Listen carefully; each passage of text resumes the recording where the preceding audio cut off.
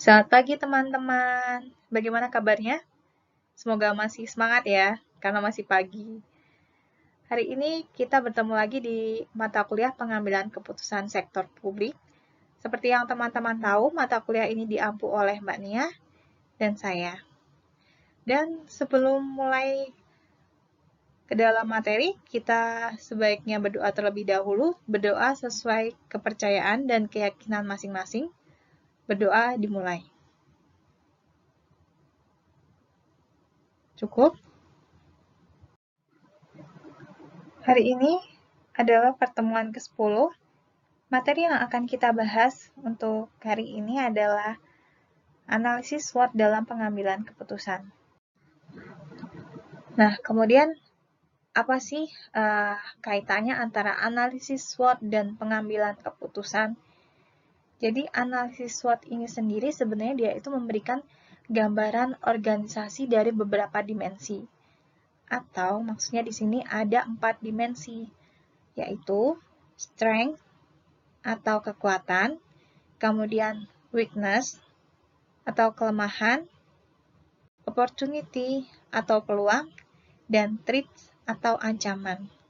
Jadi dari 4 dimensi ini, kemudian kita bisa nih melihat bagaimana sih peta kondisi atau keadaan yang realistis. Tentunya dia itu juga secara komprehensif kita lihatnya gitu.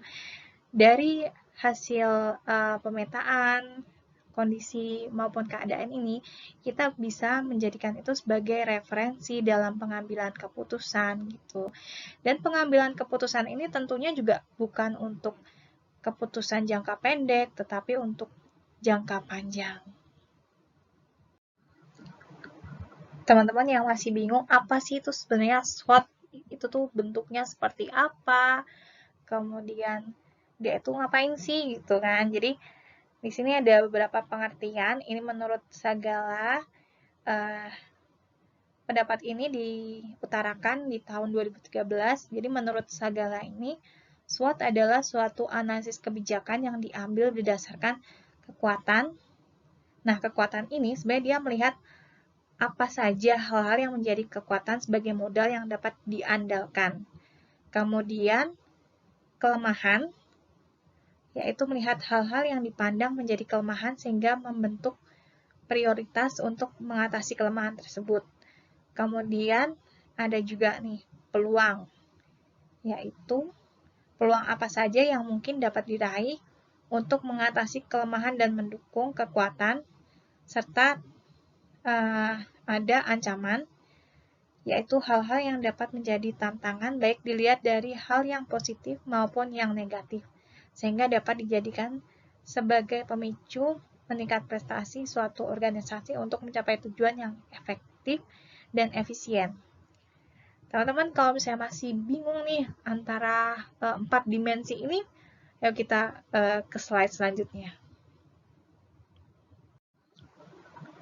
Sebenarnya analisis SWOT ini sendiri, dia itu dilihat dari 2 faktor, yaitu faktor internal, kemudian faktor eksternal gitu.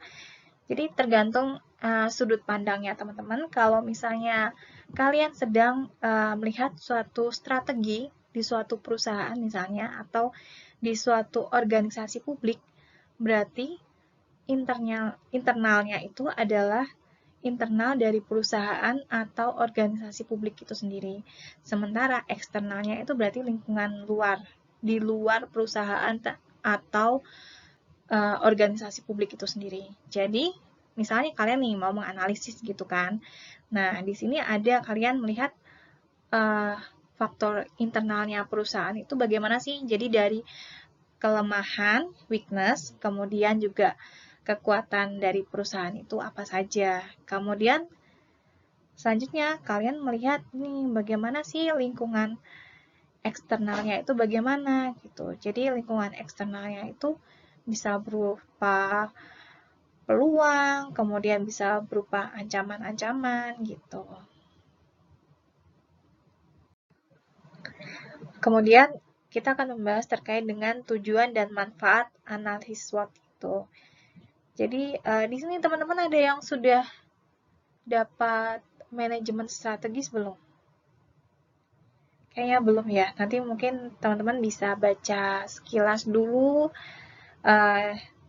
di referensi lain atau di internet, gampangnya manajemen strategis itu seperti apa sih gitu. Jadi sebenarnya SWOT ini juga berkaitan dengan manajemen strategis itu sendiri, di mana informasi hasil analisis SWOT itu sesuai dengan manajemen strategis nih, dia itu berkaitan dengan rumusan misi, visi gitu. Kemudian ada juga berkaitan dengan dasar perumusan tujuan.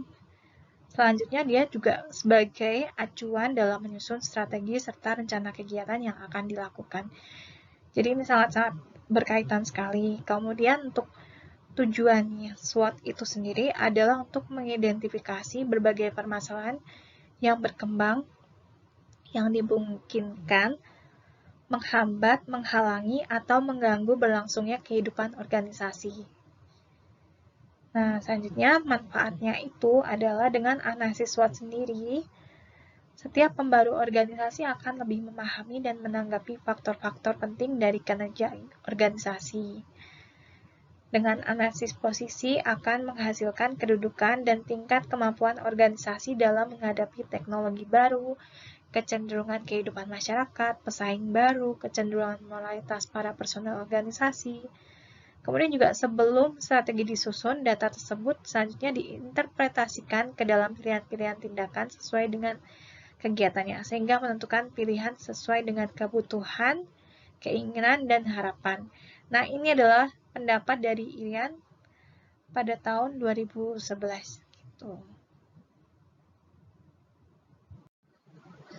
Nah, ini adalah bentuk penampakan dari kuadran SWOT itu sendiri, seperti yang tadi sudah dijelaskan, di mana di sini ada faktor eksternal, itu berupa peluang, kemudian ada tantangan, dan faktor internal berupa kekuatan dan kelemahan sendiri. Kemudian dari faktor internal dan faktor eksternal, kemudian dipilihlah atau kalian membuat strategi nih dengan melihat dari sisi sini, dari sisi misalnya peluang dengan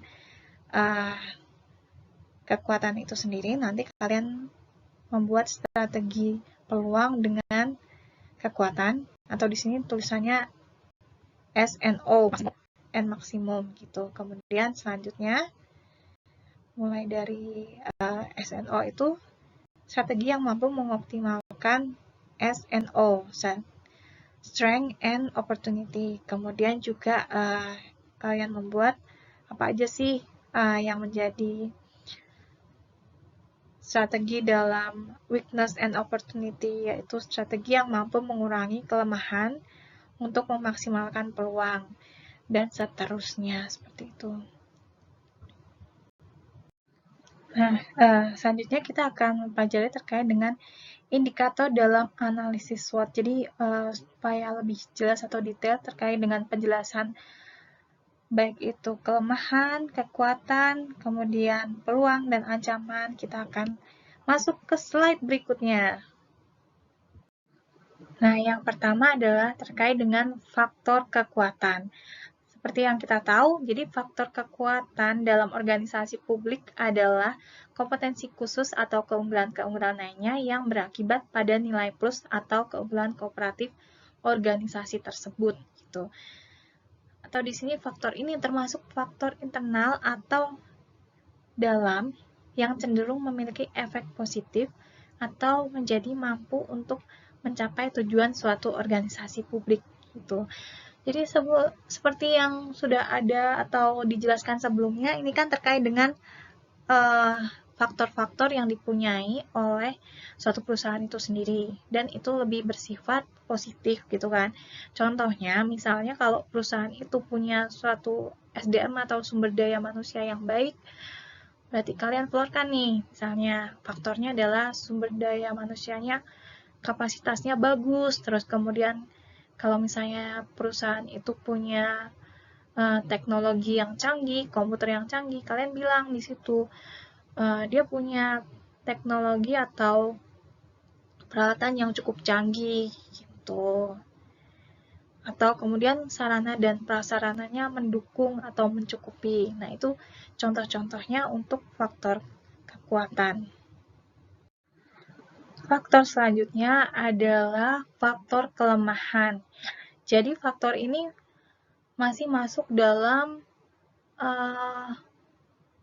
faktor internal perusahaan gitu. Jadi faktor kelemahan sendiri adalah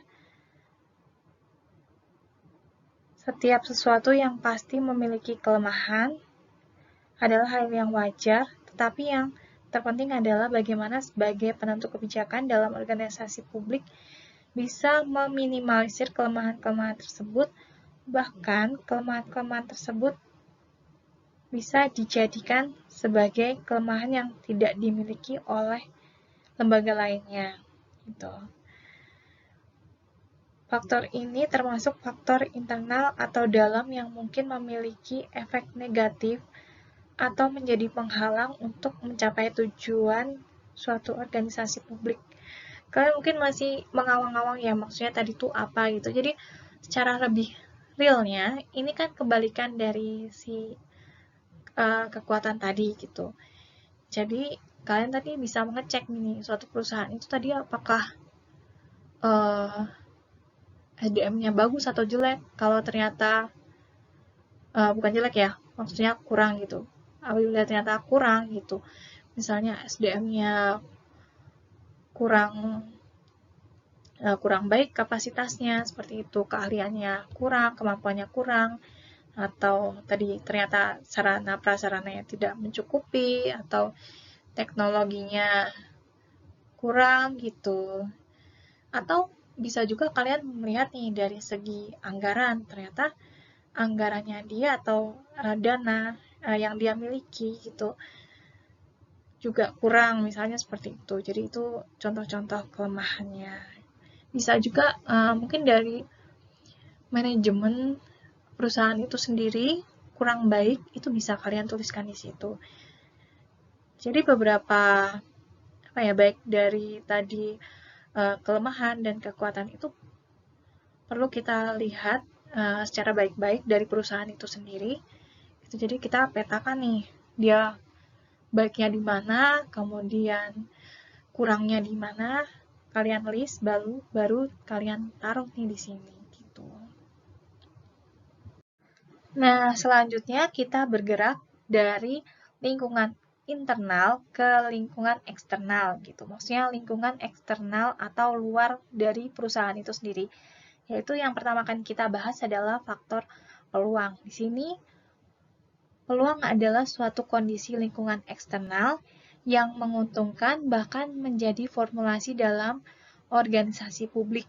Nah, faktor ini termasuk faktor eksternal atau luar yang cenderung memiliki efek positif pada pencapaian atau tujuan organisasi publik atau tujuan yang sebelumnya tidak dipertimbangkan. Jadi ini adalah faktor-faktor yang tidak bisa dikendalikan oleh perusahaan sendiri karena datangnya dari luar perusahaan seperti itu. Nah, contohnya misalnya adalah peraturan dari pemerintah gitu. Baik terutama yang mendukung nih tujuan-tujuan perusahaan itu. Contohnya seperti itu salah satunya. Nah, faktor selanjutnya adalah faktor ancaman, di mana ancaman ini merupakan kebalikan dari sebuah peluang.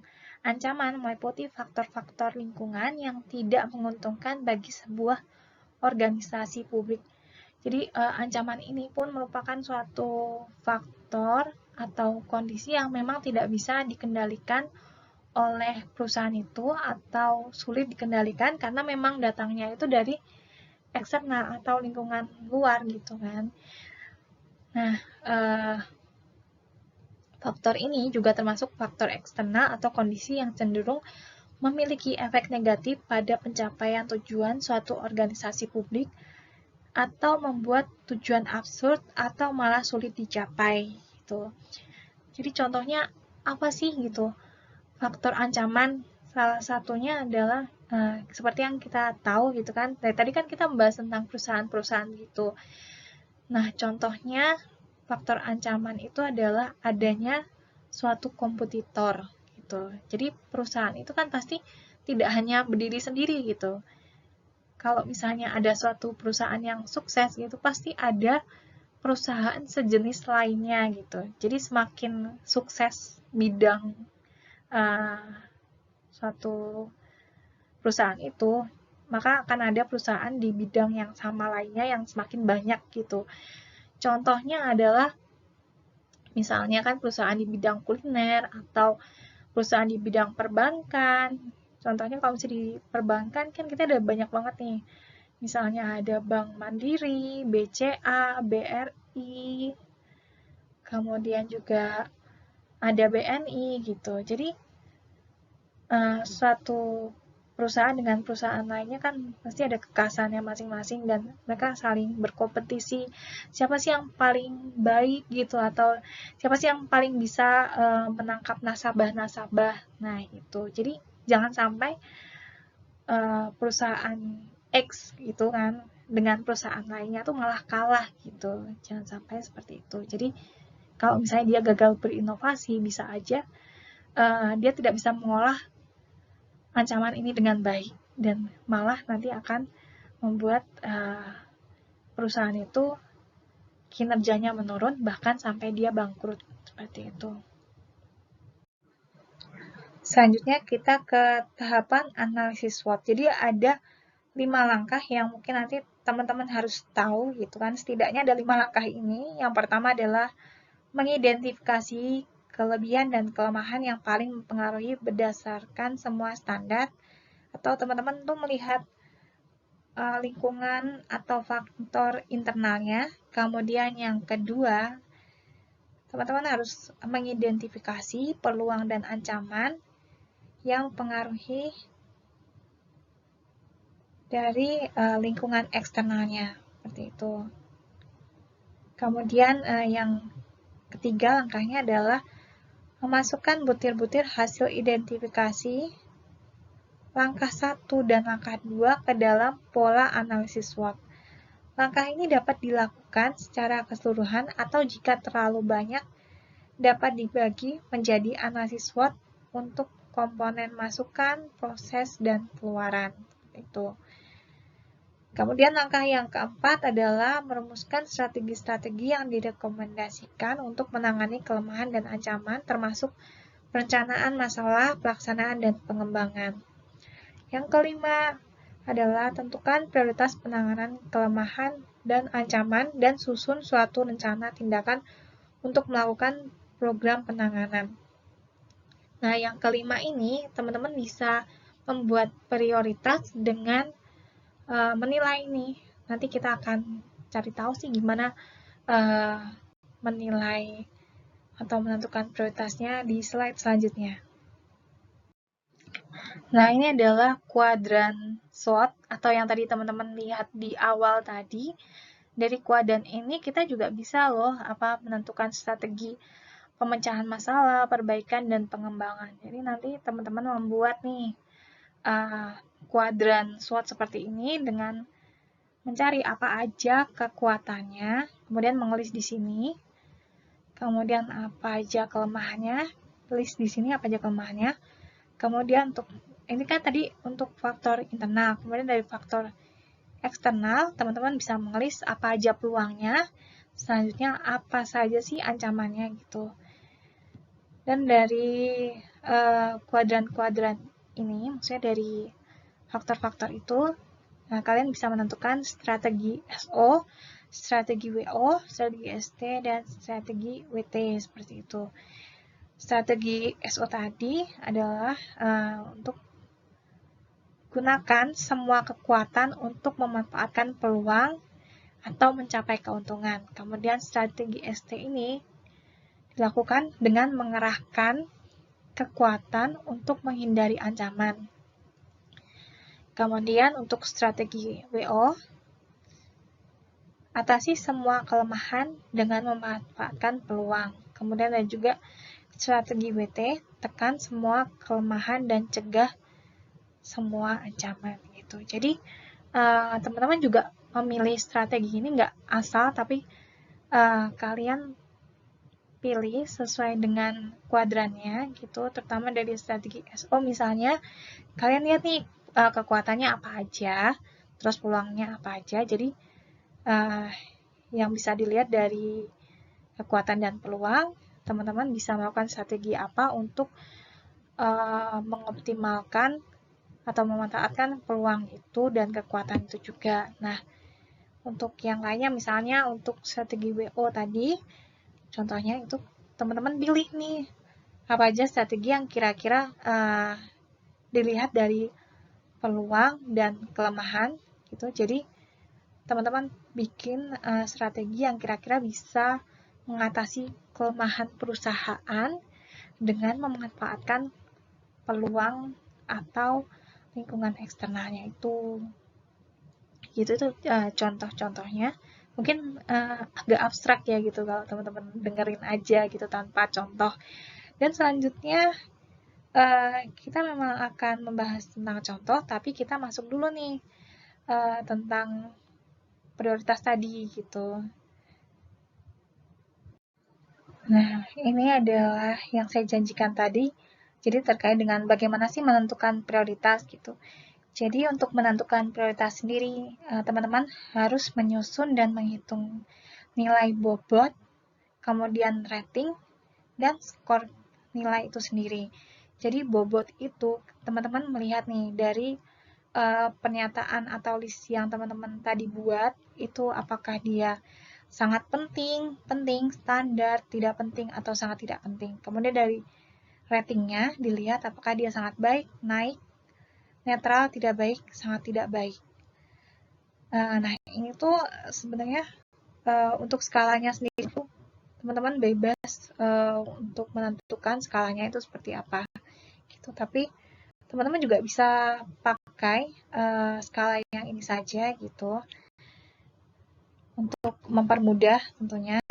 Kemudian untuk skor nilai sendiri, jadi skor nilai itu adalah skor bobot dikali dengan rating, seperti itu.